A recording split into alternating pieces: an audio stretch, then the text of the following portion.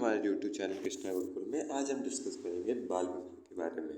बाल विवाह जो आजकल असम में ज़्यादा प्रचलित हुआ है, उसके बारे में हम थोड़ा जानेंगे। ये असम में जो बाल विवाह है, ये इसके खिलाफ राजा राम मोहन रॉय और केशव चंद्र सेन ने ब्रिटिश सरकार द्वारा एक बिल पास कराया, जिसे स्पेशल मैरिज एक्ट कहते हैं, जिसमें लड़के की उम्र 18 साल, लड़की की उम्र 14 साल होती है। ये जो राजा राम मोहन राय हैं, इनकी तो कुछ उपलब्धियां ये हैं कि इन्होंने ब्रह्म समाज की स्थापना की थी और बंगाल पुनर्जागरण में भी इनका अहम रोल था।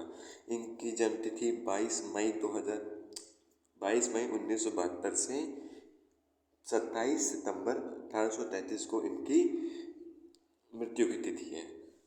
इन्होंने बाल विवाह, सती प्रथा, पर्दा प्रथा के खिलाफ भी बहुत ज़्यादा कार्य किए थे। अब बात करते हैं केशव चंद्र सेन ने, जिन्होंने मिलकर के स्पेशल मैरिज एक्ट पास करवाया था।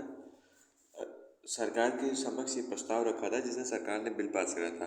तो ये केशव चंद्र सेन थे, ये 19 नवंबर 1838 में कोलकाता में इनका जन्म हुआ था और 8 जनवरी 1884 को कोलकाता में इनकी मृत्यु हुई थी। ये था स्पेशल मैरिज एक्ट जो राजा राम मोहन रॉय और केशव चंद्र सेन ने मिलकर पास करवाया था ब्रिटिश सरकार से। अब चाइल्ड मैरिज रिस्ट्रेंट क्या है? ये चाइल्ड मैरिज रिस्ट्रेंट है जिसमें लड़के की उम्र 21 साल और लड़की की उम्र 18 साल होनी चाहिए। बाल निषेध अधिनियम 2006 बाल निषेध अधिनियम 2006 ये है कि बच्चे वयस्क होने के 2 साल के अंदर अपने बाल विवाह को अवैध घोषित कर सकते हैं।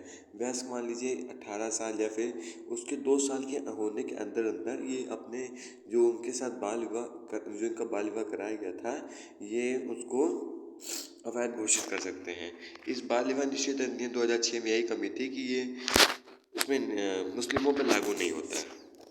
अब बात करते हैं बंगाल के बारे में। तो बंगाल में कन्याश्री योजना आई है, और कन्याश्री से पहले बता देते हैं कि अम्फान तूफान और कोरोना की वजह से हाल ही में बंगाल में बाल विवाह के ज़्यादा मामले सामने आए हैं।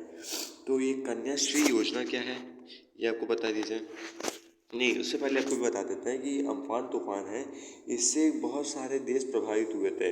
इसमें इंडिया और उसके पड़ोसी देश प्रभावित हुए थे और कुल 13.6 बिलियन डॉलर का इसमें नुकसान हुआ था। ये तूफान 16 मई 2020 को आया था।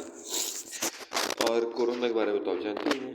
तो ये कन्याश्री योजना जो ममता बनर्जी द्वारा लागू की गई थी, ये क्या है? ये कन्याश्री योजना ये है कि गवर्नमेंट उन गरीब फैमिलियों को पैसा देती है, जिससे कि उनको गरीबी की वजह से ये बाल विवाह न कराना पड़े अपने बच्चों का।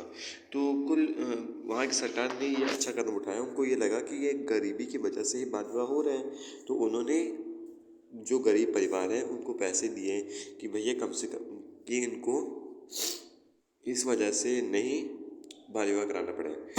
और ये जो असम में मैटर चल रहा है, मतलब कुल मिला के थोड़ा थोड़ा बाल विवाह का मैटर इंडिया में हर राज्यों से सुनने को मिलता है।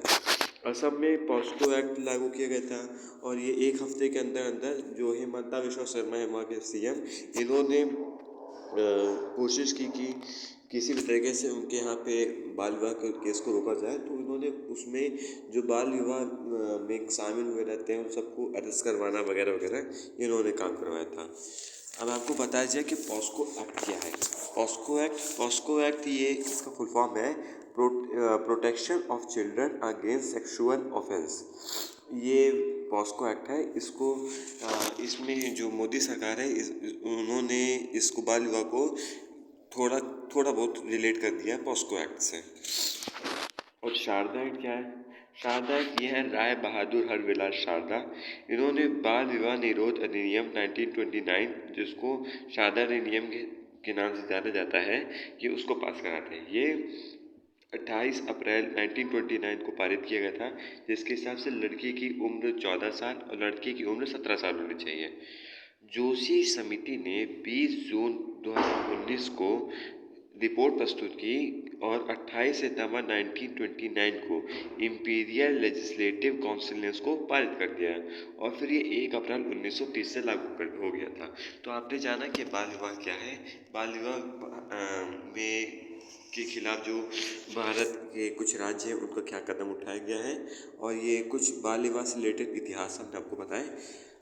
Thanks for watching my video, like and subscribe, like my video, subscribe my channel. Thank you.